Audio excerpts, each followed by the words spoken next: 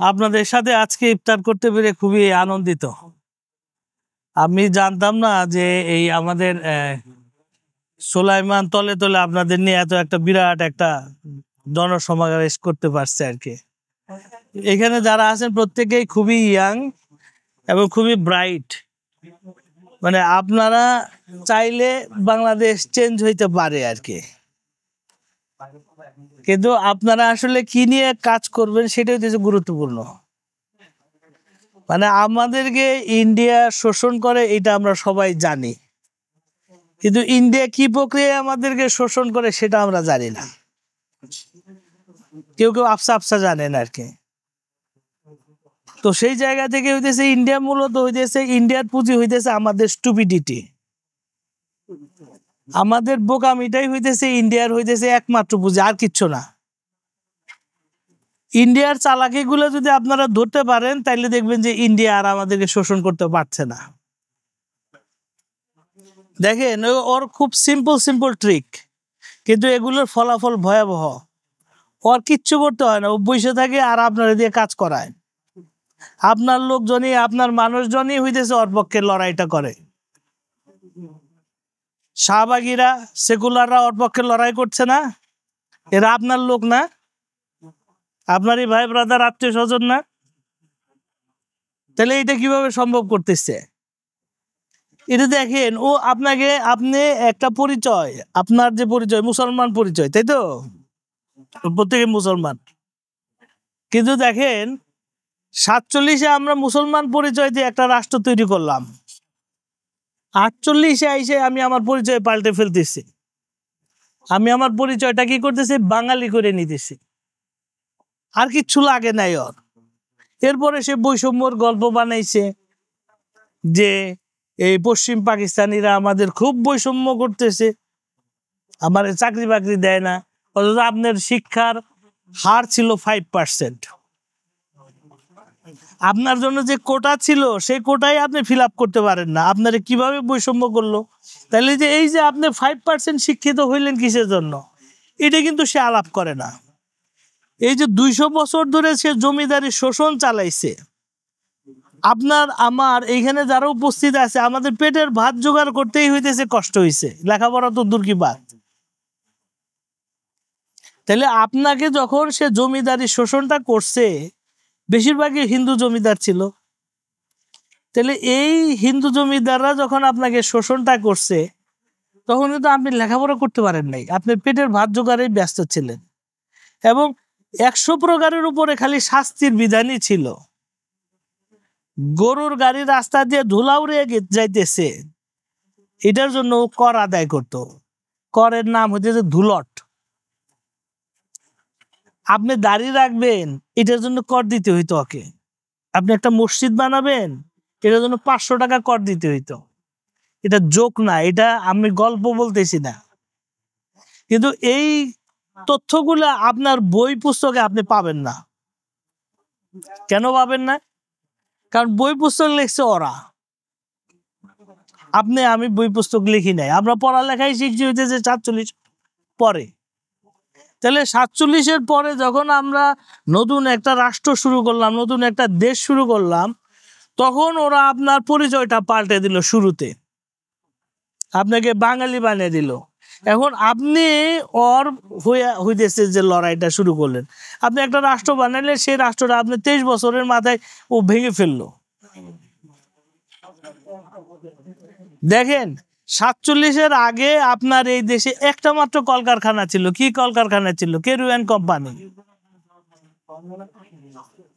আর 23 বছর এত শোষণ করছে পশ্চিম পাকিস্তানিরা যে আপনার হইতেছে 49টা পাট কল হয়েছে, 17টা চিনি কল হয়েছে, রাজশাহী ইউনিভার্সিটি হয়েছে, চিটাগাং ইউনিভার্সিটি হয়েছে, জাহাঙ্গীরনগর ইউনিভার্সিটি হয়েছে, পিজি হাসপাতাল হয়েছে, সমস্ত কিছু হইলো। 668টা খালি কলকারখানাই হইলো।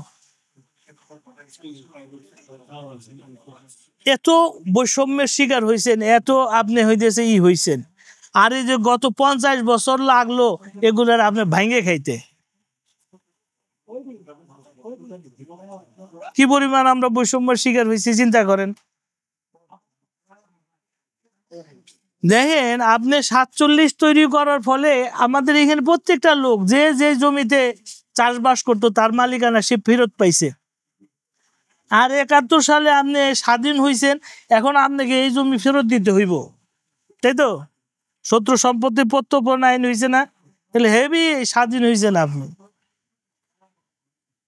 এটা যদি স্বাধীনতা হয় তাহলে পরাধীনতা কি জিনিস? আমাদের এই জায়গাগুলো যদি আমরা ধরতে না পারি, তা দেখেন আমাদের এই বাংলাদেশের প্রত্যেকটা মানুষ জানে যে আমরা 71 সালে স্বাধীন হয়েছি, তাই তো? এটা দিয়েও আমার শোষণ করে। আপনি জানেন স্বাধীন, কিন্তু স্বাধীনতা কোথাও খুঁজে পাবেন না। আপনি জানেন এই দেশ আপনার মুসলমানের দেশ, আপনি অধিকাংশ লোক মুসলমান না এই দেশের, 90% লোক, কিন্তু আপনি মুসলমান পরিচয় দিয়ে চাকরি বাকরি করবার জন্য আপনার কোনো চাকরি বাকরি হবে না। আপনাকে মুসলমান পরিচয় হাইট করে চাকরি বাকরি করতে হবে। বাংলাদেশের হিন্দুরা বলে ওরা সংখ্যালঘু, তাই তো? হিন্দুরা কিভাবে সংখ্যালঘু এটা আমাকে একটু বলেন। তারা সংখ্যায় কম কিভাবে? না না না, সংখ্যায় তারা কোন ভিত্তিতে, কোন ভিত্তিতে তারা সংখ্যায় কম বলেন? হ্যাঁ, নাম্বার কিসের উপরে? সেটা নাম্বারটা জনসংখ্যা কিসের উপরে? তারা ধর্মীয় ভাবে। বাংলাদেশ রাষ্ট্র কি ধর্মীয় রাষ্ট্র? হ্যাঁ, তাহলে বাংলাদেশ রাষ্ট্রটা কি বাঙালি জাতীয়তাবাদের উপর প্রতিষ্ঠিত না? তাহলে বাংলাদেশ রাষ্ট্র যদি বাঙালি জাতীয়তাবাদের উপর প্রতিষ্ঠিত হয়, হিন্দু কিভাবে হইতেছে যে সংখ্যালঘু হয় আমাকে বলেন এইবার। হিন্দু বাংলায় কথা কয় না? অধিকাংশ হিন্দু বাংলায় কথা কয় না? আমিও বাংলা কথা কই না। তাহলে সে যদি বাঙালি, সেও তো বাঙালি, তাহলে বাংলাদেশের মানুষ 98% বাঙালি,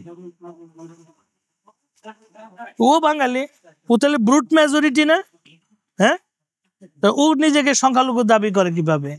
ও আসলে আপনার আমার বোকামিটাকেই হইতেছে, যেহেতু আপনি জানেন না, কোনোদিন চ্যালেঞ্জ করে নাই তুই বেটা সংখ্যালঘু কেমনে, ফলে সে সংখ্যালঘু কার্ড খেলে। উল্টা আপনি যদি দেখেন বাংলাদেশ রাষ্ট্রটা ইন্ডিয়া নিয়ন্ত্রণ করে, তাহলে ইন্ডিয়ান সাবকন্টিনেন্টের কনটেক্সটে বিবেচনা করেন, আপনি সংখ্যালঘু,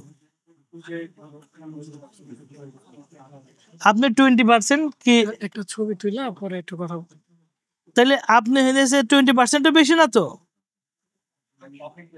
তাহলে আপনি সংখ্যালঘু না? এরই প্রভাব আপনি এই যে আমাদের মনে জিজ্ঞাসা যে 8% হিন্দু সরকারি চাকরি 30% কেমনে করে? এই যে আপনি যদি রাষ্ট্র ক্ষমতায় থাকেন, ভারতের রাষ্ট্র ক্ষমতায় যদি মুসলমান থাকে, তাহলে 25% মুসলমান হইতেছে যে 30% চাকরি করতে পারে না। ক্ষমতা ওর কাছে, আপনার কাছে না। রাষ্ট্রটা ওর, আপনার না। বাংলাদেশ রাষ্ট্রটা নিয়ন্ত্রণ করে মূলত ওরা, আপনি করেন না। এবং বাংলাদেশ রাষ্ট্র ইন্ডিয়া বানাইছে আপনাকে ক্ষমতার বাইরে রাখার জন্য। ফলে আমরা যদি এই পলিটিক্স গুলো না বুঝি, এই সঠতা গুলো না বুঝি, আমরা এখান থেকে বেরোতে পারবো না।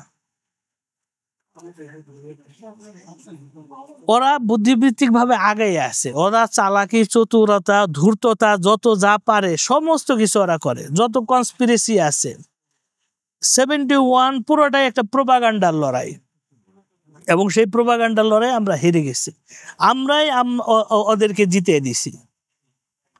আপনাদের আত্মীয় স্বজন, বন্ধু বান্ধব, বাবা চাচারা যুদ্ধ করছে না? আমার বাপ চাচারাও যুদ্ধ করছে।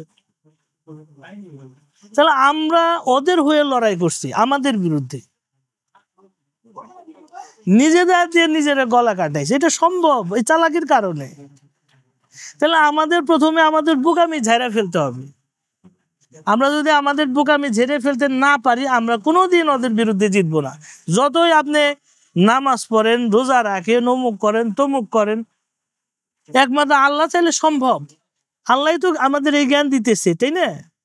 কিন্তু এই রাজনীতিগুলো আমাদের বুঝতে হবে।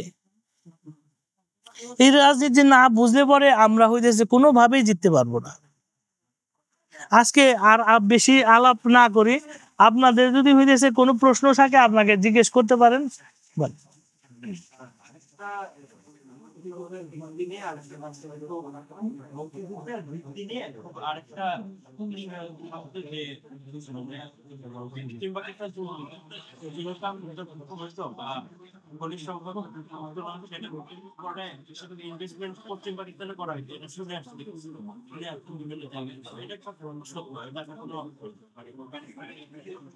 দেখেন,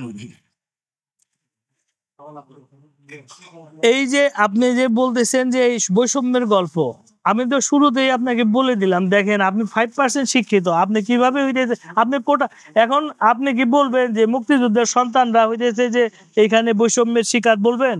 তার 30% কোটা আছে, সে সেটা পূরণ করতে পারে না, সে কি বৈষম্যের শিকার? না, আপনি বৈষম্যের শিকার। আপনার কোটা আছে, আপনি সেই কোটা পূরণ করতে পারতেছেন না, আপনি হইতেছে ওই ওই ওই আপনার শিক্ষার পার্সেন্টেজ ওই হারে পৌঁছায় নাই। এটার জন্য দায়ী তো আপনার পশ্চিম পাকিস্তানিরা না, এটার জন্য দায়ী কারা? ওই জমিদারি শোষণ, আপনি লেখাপড়া শিখতে পারেন নাই সেই কারণে। তাইলে আপনি উদরপিণ্ডি বুদরগারে চাপাইলে তো হবে না। তাহলে ওরা এই যে এই প্রোপাগান্ডাটা চালিয়েই তো আপনাকে আমাকে বিক্ষুব্ধ করছে, উস্কানি দিছে। ফলে আমি তো এই উস্কানিতে পড়ছি। আমি শোনেন, এই যে এখানে একটা ইন্টারেস্টিং আলাপ আছে। ভাষা আন্দোলন যে কারণে হইলো, এই একই কারণ তো ইন্ডিয়াতেও ছিল। রবীন্দ্রনাথ বলছে না যে ইন্ডিয়ার রাষ্ট্রভাষা হবে হিন্দি, কই সেখানে তো আন্দোলন হইলো না। তাহলে আমাদের এখানে হইলো কেন, আসামে হইলো কেন? কারণ পশ্চিম বাংলার লোকজন শিক্ষিত ছিল, তারা জানতো যে হইতেছে যে একটা নতুন ভাষা শিক্ষা খারাপ কোনো কাজ না। পশ্চিম বাংলার লোকজন শিক্ষিত থাকার কারণে তারা বুঝতে পারছে যে হিন্দিটা যদি একটা কমন ল্যাঙ্গুয়েজ হিসেবে পুরো ইন্ডিয়াতে এটা চর্চা হইতে পারে, এবং হিন্দুত্বের ভিত্তিতেই ইন্ডিয়ার রাষ্ট্রটা তৈরি হয়েছে। কিন্তু আমাদের শিক্ষার ওই রকম, আমাদের 5% শিক্ষিত লোকজন, আপনি যা বুঝাইছে আমরা তাই বুঝছি। আমি ভাষায় ওইটাই পারতাম, বাংলাটা এখনো আমাদের লোকজন ঠিক মতো বলতে পারে নাই। তাহলে আমাদের কাছে হইতেছে যে ওরা আমার মুখের ভাষা কেড়ে নিয়ে যায়, আমি আর এই যে মাথা খারাপ হয়ে গেল আমার স্টুপিডিটিটা এত বিশাল যে আমাকে মাথা খারাপ করা খুব ইজি। হ্যাঁ, দেখেন ওরা আরেকটা যুক্তি দেয় যে হিন্দি তো ভারতের সংখ্যাগরিষ্ঠের ভাষা, উর্দু তো পাকিস্তানের সংখ্যাগরিষ্ঠের ভাষা না, এই বলে না? এটা পুরাটাই ভুয়া কথা। হিন্দি যদি ইন্ডিয়ার সংখ্যাগরিষ্ঠের ভাষা হয়, তাহলে উর্দু ইন্ডিয়ার সংখ্যাগরিষ্ঠের ভাষা, নট অনলি পাকিস্তান। কারণ কি? কারণ হিন্দি এবং উর্দু দুইটাই একই ভাষা, 90% স্পিকিং সেম ওয়ার্ড। তাহলে পার্থক্য কোথায়? একটা হইতেছে হিন্দুস্তানি হরফের লেখা, আর একটা হইতেছে আরবি হরফের লেখা, এছাড়া আর কোনো পার্থক্য নাই। ও আচ্ছা, তাহলে আমরা শেষ করে ফেলি আজকে।